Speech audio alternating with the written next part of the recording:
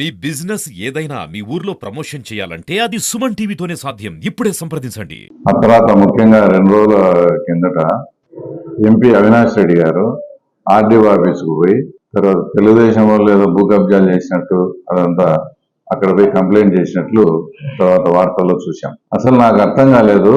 తర్వాత వాళ్ళది ఎట్లుందంటే ఐదారు నెలలై తెలుగుదేశం పార్టీ గవర్నమెంట్ వచ్చినా కూడా ఈ 5 సంవత్సరాల్లో మేము ఎన్ని కబ్జాలు చేసినా కూడా ఏం మా గురించి పట్టించుకోలేదు అని మమ్మల్ని మాకు తెలియజేసేదానికి పోయినట్లు ఉంది చూస్తా అంటే. మా మానాన మేము కొన్ని అంటే ఇంకా దానికి తగుమైన ఆధారాలు అన్ని సేకరించిన తర్వాత మా రెవెన్యూ మినిస్టర్ గారితో కూడా మాట్లాడి తర్వాత గ్రామాల్లో రెవెన్యూ సదస్సులు అన్ని అయిపోయిన తర్వాత ఏమేమి అక్రమాలు జరిగినాయో పోలేకుంటే మమ్మల్ని వీళ్ళు ఊరికే అందించట్లేరు. వీళ్ళే పోయి ఆ తర్వాత అంటే మాకు గుర్తు చేయడం, మేము 5 ఏళ్లలో ఇన్ని భూ కబ్జాలు చేస్తా అంటే కనీసం ఏంది వీళ్ళు పట్టించుకోకుండా ఉన్నారే, మీరు మా జోలికి రాండి అన్నట్లు దిగిపోయినాయి. ఒక ఆరోపణ ఒకటి, ఇది చేసేటప్పుడు గతంలో మేము ఎలాంటి పరిపాలన అందించాము, మేము ఎంతమంది ఏం చేశాము, ఎంతమంది మా నాయకులు ఆక్రమించుకున్నారు అనేది కూడా అవినాష్ రెడ్డి గారు గుర్తుపెట్టుకోవాలి. ఫస్ట్ నెంబర్ 1 వాళ్ళ ఫ్యామిలీతోనే స్టార్ట్ అయిదాం. మేము నిజంగా చెప్తున్నా, వాస్తవంగా వాళ్ళ ఫ్యామిలీకి చెందిన వాళ్ళ అబ్బాయి అనారోగ్యం పాలై కొంచెము హాస్పిటల్లో ఉన్నారు. ఈ టైంలో మనం ఈ ల్యాండ్స్ ఇవన్నీ వీటి జోలికి పోతే మానవతా దృక్పథంతో వాళ్ళంతా కొంచెం రికవరీ బాగున్నప్పుడు వాటి జోలికి పోదాంలేని మానవతా దృక్పథంతో మేము వాటి జోలికి పోకుంటే వీళ్ళే పోయి ఆర్డీఓ దగ్గర కంప్లైంట్ చేసేటప్పుడు మేము తప్పకుండా మీ కుటుంబ సభ్యులు మీకు సొంతం అన్నగారైనటువంటి వాళ్ళు తొండూరు మండలంలో దాదాపు చిన్నకత్తరపల్లి రూటులో 200 ఎకరాల ప్రభుత్వ భూమిని సాగు చేసి మొత్తం ఫోటోలు చూడండి, మీ కుటుంబ సభ్యుడే. ఇది వాస్తవం కాదా? ఎక్కడ డిబేట్ అయినా తర్వాత రండి. 200 ఎకరాలు మీరు ఆక్రమించుకోండి వచ్చేసి వాస్తవం కాదా? ఇంకా కొన్ని దీంట్లో అయితే ఎంత దుర్మార్గమైన విషయం ఏంటంటే, ప్రభుత్వ భూమిని 50,000 రూపాయలు రేటు కట్టి 50,000 రూపాయలకు ప్రభుత్వం ఒప్పుకున్నట్టు కొనుగోలు చేసి రిజిస్ట్రేషన్ కూడా జరిపినారు. అయినా ఇప్పుడు డెప్త్ పోతే ఆ సబ్ రిజిస్టర్ ఆ ఎంఆర్ఓలంతా ఇళ్ళకు పోవాల్సిన పరిస్థితి చేసి పెట్టినారు వీళ్ళు. అంటే అధికారం ఉంది, మేమే ముఖ్యమంత్రి. ఎక్కడైనా ప్రభుత్వ భూమి అది చేయాలంటే 50,000 రూపాయల రేటు నిర్ధారించినారు. ఆ ఫైల్ పైకి పోవాలా, పైకి పోయి పైనుంచి అంతా పోయి రావాలా. ఇది ఏం రాయకుండా వీళ్ళే కన్ఫర్మ్ చేసి 50,000 డబ్బు కట్టించుకొని దాని రిజిస్ట్రేషన్, గవర్నమెంట్ భూమిని రిజిస్ట్రేషన్ చేసిన సందర్భము అవి కూడా వస్తాయి. సబ్ రిజిస్టర్లు అవి చేసిన ఎంఆర్ఓలు కూడా ఇంటికి పోయే పరిస్థితిని వీళ్ళ అధికారం ఉపయోగించి ఆ పరిస్థితికి తీసుకొచ్చారు. తర్వాత 2 అతని విషయానికి వస్తాం. వాళ్ళ పిఏ రాఘవరెడ్డి, ఆయన గురించి మొన్న మాట్లాడుతా చెప్తూ ఎప్పుడు పోలీసులకు నిరంతరం అందుబాటులో ఉంటాడు, అట్లాంటి అర్ధరాత్రి పోయినారు, ఎప్పుడు పిలిచినా వస్తాడనే చెప్పిన ఆయన పిఏ రాఘవరెడ్డి తర్వాత వాళ్ళ ఊర్లో ఫారెస్ట్ ల్యాండ్ డైరెక్ట్ గా ఆక్రమించేసి సాగు చేస్తాడు. దాని మీద కూడా కంప్లైంట్స్ అన్ని ఇచ్చాము. అది కూడా తొందరలో కూడా కేసు ఫైల్ అయ్యే పరిస్థితి. అంటే నువ్వు ఎవరైతే వెనకేసుకొస్తూ రోజు నీ వెనకమ్మడి తిప్పుకొని నీ బదులు అందరికీ ఫోన్లు చేసే మీ పిఏ రాఘవరెడ్డి ఫారెస్ట్ ల్యాండ్ ను ఆక్రమించినాడా లేదా? ఆయన ఫారెస్ట్ ల్యాండ్ ఆక్రమించి దాన్ని బాగా నచ్చి అట్లే ఫారెస్ట్ లేక పోయినట్టున్నాడు. జనజీవన సమితిలో లేదు. ఇప్పుడు 5-6 రోజులు అయింది. ఆయన 5-6 రోజులు ఎప్పుడు మాకు అందుబాటులో ఉంటాడనే పిఏ రాఘవరెడ్డి ఎప్పుడు పోలీసులకు అందుబాటులో ఉంటాడు. 5-6 రోజుల నుంచి సెల్లు స్విచ్ ఆఫ్ మాయమైపోయినాడు. ఏమంటే ఈ ఫారెస్ట్ ల్యాండ్ చేసుకొని అంత అడవులు అంటే నచ్చి అట్నే అడవులు లేకపోయినట్టున్నాడు. తర్వాత 2 అతని విషయానికి వస్తాం.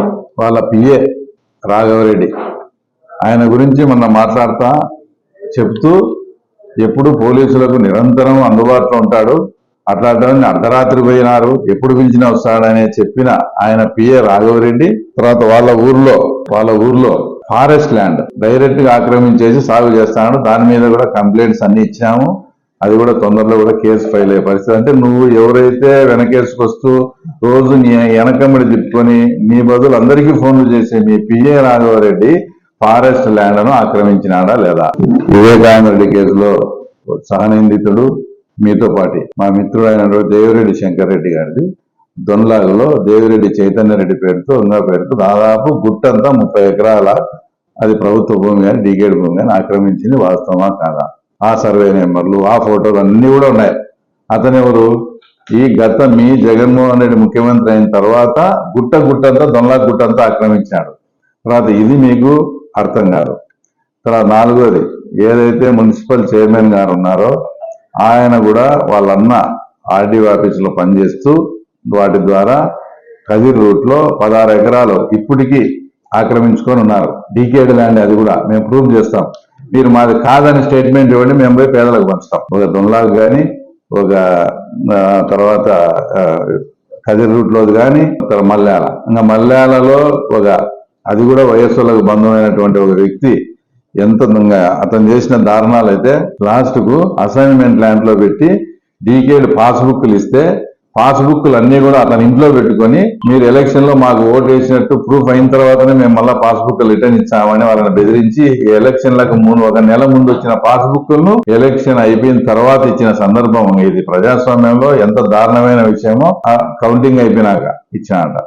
ఇంతటి దారుణమైన విషయాలు ఉన్నప్పుడు అవన్నీ వచ్చేసి అవినాష్ రెడ్డి గుర్తుకు రాలేదా? వచ్చి గండి రూట్ లో పోయే డిప్లొమా కాలేజ్ దగ్గర దాదాపు 3 ఎకరాల డీకేడ్ ల్యాండ్ ను కూడా ఆ జెడ్పీటీసీ కూడా ఆక్రమించేసి పిఎల్ఆర్లకు రెంట్ ఇచ్చి తర్వాత లీజుకి ఇచ్చి ఆ లీజు డబ్బులు కూడా అతనే తీసుకుంటాను. ఇప్పటికీ అతని ఆధీనంలోనే ఉంది. ఇవన్నీ మీరు చేసి తర్వాత మేమేదో మళ్ళా అంటే మేము ఇందాక వాస్తవంగా చెప్పినట్లు ఆయనకు ఆ ఉలిమేల రూట్ లో 10 ఎకరాలు ఏదో ఉంది, మా అన్న కాడ 200 ఉందని కోపంతో ఇదంతా చేసినట్టుంది నాకు అనిపిస్తాను. లేకపోతే మీరు ఇన్ని దారుణాలు చేసి మేము అంటే మేము ఊరికే ఉన్నామనే మీరు పోయి మళ్ళా మాట్లాడేది చేసేది. ఇంకా చిన్న ఇష్యూ కనంపల్లి వాళ్ళని పోయి మీరు పత్రిక వాళ్ళు అడగండి. పక్కనే వాళ్ళు చెప్పడం చెప్పులు అరిగిపోయేటట్టు మేము భాస్కర్ రెడ్డి గారి దగ్గరికి తిరిగినాం. మా భూములు అన్ని ఆక్రమించుకుంటారా ఈ రూట్ లో, మాకు ఏదన్నా చేయండి. ఇంకా కదిర్ రూట్ లో ఒక భూమిని వీళ్ళు ఆక్రమించాలంటే ఇప్పుడు కొత్త స్టైల్ దాంట్లో ఏదైనా గుడి గాని చర్చి గాని కడితే దానిలో కానీ ఒక చర్చి నిర్మాణం చేస్తే దాని చుట్టూ ఆక్రమించుకునే సందర్భం పులివెందుల్లో మీరు రండి నేను చూపిస్తా. కదిర్ రూట్ లో ఆ కనంపల్లిలో మేము చెప్పులు అరిగేట్టు తిరిగినాము భాస్కర్ రెడ్డి సార్ దగ్గరికి, కానీ మాకు లేదు. మా భూములన్నీ కూడా మాకు సంబంధం లేకుండా అందరూ గీకేడ్ చేసుకొని లాస్ట్ కు మాకు ఏదైనా గొర్రెలు తొలగిపోయేదానికి పశువులకు మేత గుట్టకపోయేదానికి కూడా వీలు లేకుండా చేశారని కనంపల్లి వాళ్ళని అడగండి, తర్వాత మీరే చెప్తారు.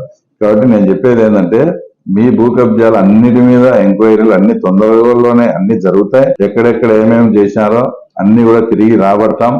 ఇవన్నీ ఒక ఎత్తు అయితే ఇంకా గతంలో ఉండే ఎంఆర్ఓలను గతంలో ఉండే ఆర్డీఓలను కూడా మీ అధికారంతో ఇది చేసి అనేక మంది మా తెలుగుదేశం వాళ్ళు ఇంటి పక్కన గవర్నమెంట్ అంటే వాళ్ళ పొజిషన్ లో ఉంటారు. ఆ పొజిషన్ లో మీరు లేరని చెప్పడం, ఆన్లైన్ లో వంది ఎక్కడం, అవి తీసుకోవడం, అట్లాంటి కొన్ని వేల కేసులు కూడా అన్ని కూడా మా దృష్టికి వచ్చాయి. అవన్నీ కూడా పరిష్కారం చేసే దిశలో తర్వాత మేమున్నాం. మేము పులివెందుల కాన్స్టిట్యున్సీలో ఉండే ప్రతి ఒక్కరికి విజ్ఞప్తి చేసేది ఏంటంటే గత 5 సంవత్సరాలలో మీ పొజిషన్ లో ఉండి కానీ మీ ఆధీనంలో ఉండి కానీ లేదా ఇతరత్ర వేరే కారణాల వల్ల మీ వన్బీలు తీసేసి ఏదైనా అక్రమాలు మీ మీద దౌర్జన్యాలు జరిపిన వాళ్ళందరూ కూడా ఆర్డీఓకు రిప్రజెంటేషన్, తర్వాత పులివెందుల డిఎస్పీ గారికి రిప్రజెంటేషన్, అట్లాగే ఒక కాపీ నాకు కూడా పంపండి. మీ అందరికీ న్యాయం చేసే బాధ్యత మేము తీసుకుంటాం.